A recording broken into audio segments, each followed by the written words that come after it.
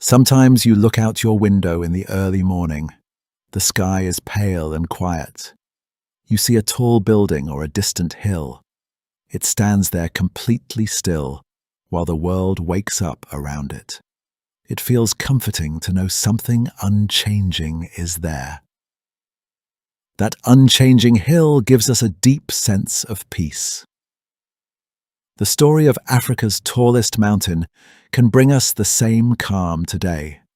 As we walk through its ancient history together, we will also quietly improve your English.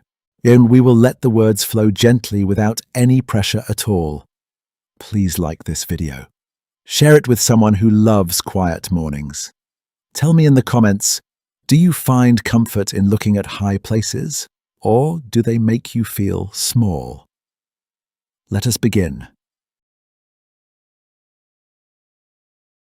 We all have landmarks in our lives. A landmark is a large object on the land seen from afar. Maybe it is a tall tree at the end of your street. You use it to find your way home. It makes you feel grounded. Grounded means feeling steady and safe in your mind. Mountains are the oldest landmarks on our planet. They watch generations come and go. They simply exist. One particular mountain stands completely alone. It sits by itself on a wide, flat plain. It reaches high up into the clouds. Its peak is covered in white ice. This white peak shines brightly under the hot African sun. This is Mount Kilimanjaro. It is the tallest mountain in Africa. It rests peacefully in Tanzania. This is not just a story about a massive volcano. This is a story about human wonder and our deep need to understand the Earth. Long ago, the Earth was restless and angry. Deep underground, intense heat pushed rocks upward. The ground cracked open. Fire and ash poured out. This happened over millions of years. It was slow and powerful. 3 separate volcanoes formed next to each other. They pushed higher into the air. The first volcano was named Shira. It collapsed inward. As the second volcano was named Mwenzi. Its top became sharp and broken. The third volcano was named Kibo. Kibo kept growing. It pushed past the clouds. It swallowed parts of the other 2. Today, Kibo is the part of Kilimanjaro that people see from far away. Kibo is a dormant volcano. Dormant means it is sleeping. It is not dead. It could technically wake up one day. It breathes quietly under its blanket of snow. After the fires stopped, the dust settled.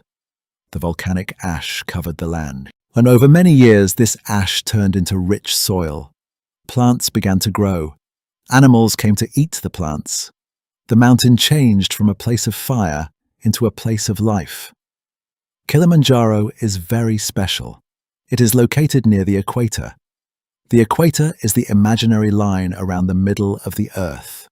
Most places near the equator are very hot, but Kilimanjaro is so tall that its climate changes as you go up.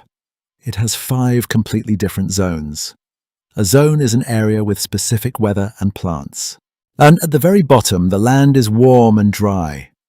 A little higher up, you enter a thick, wet forest. Monkeys swing through the branches. Higher still, the trees disappear. You find small bushes. If you keep going, you reach an area with almost no plants. It is a dry desert. At the very end of your climb, you reach the ice. Many centuries ago, a group of people arrived at the base. They were the Chaga people. They were farmers looking for a good home. They found the dark, rich soil. And they saw the rivers of fresh water flowing down. They decided to stay. They planted bananas and coffee beans. The mountain gave them everything they needed. The water from the melting snow created small rivers. These rivers brought clear water to the farms. The farmers dug small canals. A canal is a small man-made river used for watering plants. They built a strong community based on the mountain. The Chaga people looked up at the peak every day. They saw the bright white color shining. And they had no word for snow. They lived in a warm climate. They had never seen frozen water. They did not know what the white stuff was. Some older people thought the white material was silver. Legend says a local king decided he wanted this silver. He ordered his bravest warriors to climb up. The warriors walked for days. They felt the air get colder. When they finally reached the white material, their hands became numb. They put the white material into their bags. They hurried back down the mountain, but as they walked down, the air got warm again. The silver turned into water. It leaked out of their bags. When they reached the king, their bags were empty. They decided the mountain was magic. They believed spirits lived at the top. They learned to respect the mountain deeply. We can see something beautiful in this old story. When humans do not understand something, we try to explain it with magic. We try to make sense of the world using things we already know. It is a very human thing to do. We all fill in the blank spaces of our knowledge with imagination. For a very long time, the mountain belonged only to the local people. But the world outside was growing very curious. Rumors traveled across the oceans. A rumor is a story people tell that might not be true. Sailors and traders talked about a giant white peak in the hot African lands. People in Europe heard these stories. They drew maps of the world. They left a big blank space in the middle of Africa. They did not know what was actually there. They wanted to find out. In the middle of the 19th century, a man named Johannes Rebmann traveled to East Africa. He was a church worker. He walked for many miles through the dry plains. The sun beat down on his shoulders. He felt hot and tired. One morning he looked up. He saw a massive white shape in the sky. It looked like a brilliant white cloud, but it did not move. He stared at it for a long time. He realized it was a mountain covered in snow. He wrote a letter back home. He described the freezing ice sitting right next to the hot land. When people in Europe read his letter, they laughed. They thought he was crazy. They sat in their comfortable chairs and said it was impossible. They believed the hot sun would melt any ice instantly. They wrote articles making fun of him. They called him a liar. As they said his eyes played tricks on him in the heat. Imagine how that must feel. You see something completely wonderful with your own eyes. You tell the truth about it. But the whole world tells you that you are wrong. This is a very lonely place to be. You question your own mind. Johannes felt a quiet sadness. He felt completely misunderstood. He knew what he saw. He just could not prove it to them. I think this shows something very interesting about human nature. We often reject things we do not understand. We prefer our safe, small ideas over surprising new facts. We close our minds when a truth feels too big. We would rather laugh than believe something magical might be real. Many years passed before anyone believed him. The mountain waited patiently. Finally, other travelers went to the same area. They saw the giant mountain too. They took photographs. They sent back clear reports. The laughing stopped. The world realized the snow mountain was real. They stopped calling it a silly story. They started calling it a marvel. A marvel is something that causes great wonder and surprise. Now, a new kind of person came to the mountain. These were climbers. They did not just want to look at it. They wanted to stand on the very top of it. A German man named Hans Meyer decided he would be the first. He traveled to the base of the mountain. He looked at the massive wall of ice. He felt defeated. Defeated means feeling like you have lost. But he did not give up. He came back 2 years later. This time he brought better equipment. He brought ropes and sharp tools for the ice. But more importantly, he found a local guide. His name was Yohani Kinyala Lawo. Yohani was a young man from the local Chagga people. Yohani knew the mountain paths perfectly. He respected the ancient spirits of the mountain. He walked barefoot on the sharp rocks. He did not wear heavy coats. He only wore a simple blanket to stay warm. He was completely at home in the wild. Together, the stranger from Europe and the young local man started to climb. They walked past the wet forests. They listened to the monkeys calling in the trees. They walked past the dry bushes. They entered the freezing desert of rocks. The air became very cold. Their lungs burned with every breath. They stepped onto the solid ice. They used tools to cut small steps into the frozen wall. They moved slowly. Every step took immense effort. Immense means extremely large or great. They climbed for days. They slept in tiny tents on the side of the freezing mountain. The wind howled outside. Finally, they reached the highest point. They stood above the clouds. They looked out over the vast, flat plains of Africa. It was completely silent. The sky was a deep, dark blue. They were the first recorded people to stand on the roof of the continent. It is a beautiful thought to hold in your mind. A man who traveled across the world and a man who lived at the mountain base stood there together. They needed each other to succeed. Hans had the tools. Johanni had the knowledge and the spirit of the land. They shared a quiet moment of victory. The news of their success traveled fast, but the sleeping giant was fully awake in the minds of the world. It was no longer a local secret. People read the news in newspapers. They looked at pictures of the snow. A new idea started to grow in the minds of ordinary people. They began to wonder if they could climb it too. The mountain began to call to people from every corner of the earth.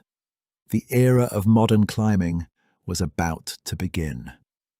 Today, Mount Kilimanjaro is not an empty place. It is not just for the bravest explorers anymore. Every single year, thousands of people travel to Tanzania. They come from all over the world. They pack their heavy bags. They put on thick boots. They stand at the bottom of the great volcano. They look up at the white peak.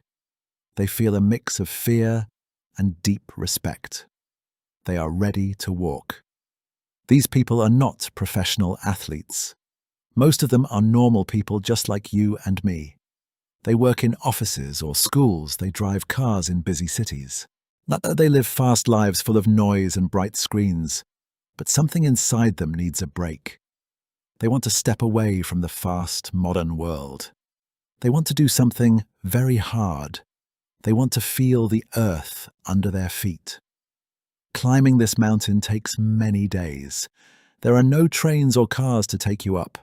You have to walk every single step. You have to carry your own water. You sleep in small tents on the hard ground. You wake up before the sun rises. The air gets thinner and thinner. The guides wake you up at midnight. It is completely dark. The wind is freezing cold. You put on a headlamp. A headlamp is a small light you wear on your head. You can only see the boots of the person in front of you. You walk in a long line of small lights, as it looks like a glowing snake moving up the mountain. You walk for 6 or 7 hours in the dark. You are exhausted. Exhausted means you have absolutely zero energy left. You want to sit down and sleep. But the guide holds your hand. They sing soft local songs to keep you awake. They pull you forward. You also make very deep friendships on this walk. You meet strangers from completely different countries. You might not speak the exact same language, but you share the exact same struggle. And you share your water when someone is thirsty. You share a small piece of chocolate. You smile at each other when the path gets steep. These small acts of kindness keep you going. You learn that human connection is stronger than the cold wind. The local guides still lead the way. They are the grandsons and great-grandsons of the first guides. They know the paths perfectly. They watch the sky for bad weather. They take care of the visitors. They have a special saying on the mountain. They say pole, pole. In their local language, this means slowly, slowly. This is the only way to reach the top. You cannot run, you cannot rush. You must walk very slowly. I think this is a wonderful lesson for our modern lives. We always want to go fast. We want instant results. We want to reach the finish line quickly. But the mountain teaches us a different way. It teaches us patience. Patience is the ability to wait calmly without getting angry. If you try to run up the giant volcano, well, you will fail. You will get too tired. You have to take one slow step at a time. You have to breathe. You have to look at the view. Many people cry when they reach the very top. They stand by the famous wooden sign at the peak. They look down at the clouds below them. They feel a massive sense of relief. Relief is a happy feeling when something hard is completely over. They prove to themselves that they are strong. They pushed past their own limits. Ours, they met the sleeping giant and they survived. But there is a quiet sadness happening on the mountain today. The world is getting warmer. The hot sun is melting the ancient ice. The white crown of Kibo is getting smaller every year. Scientists say the ice might disappear completely one day.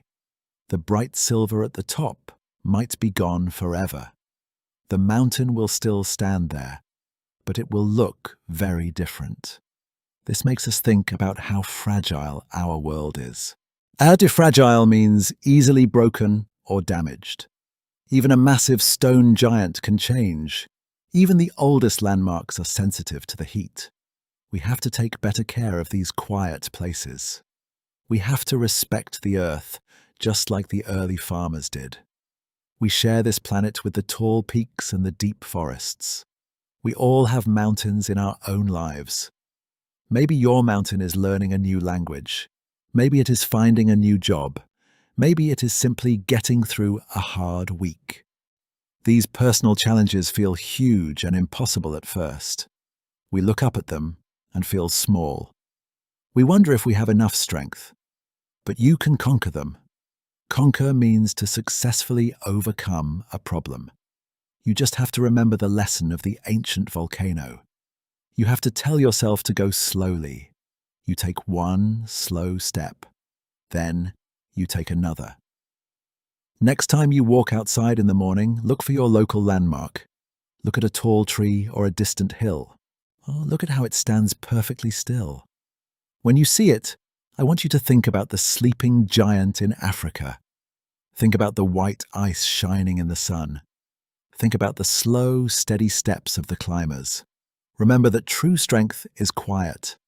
True strength is patient. You do not need to rush to the top. Just keep walking.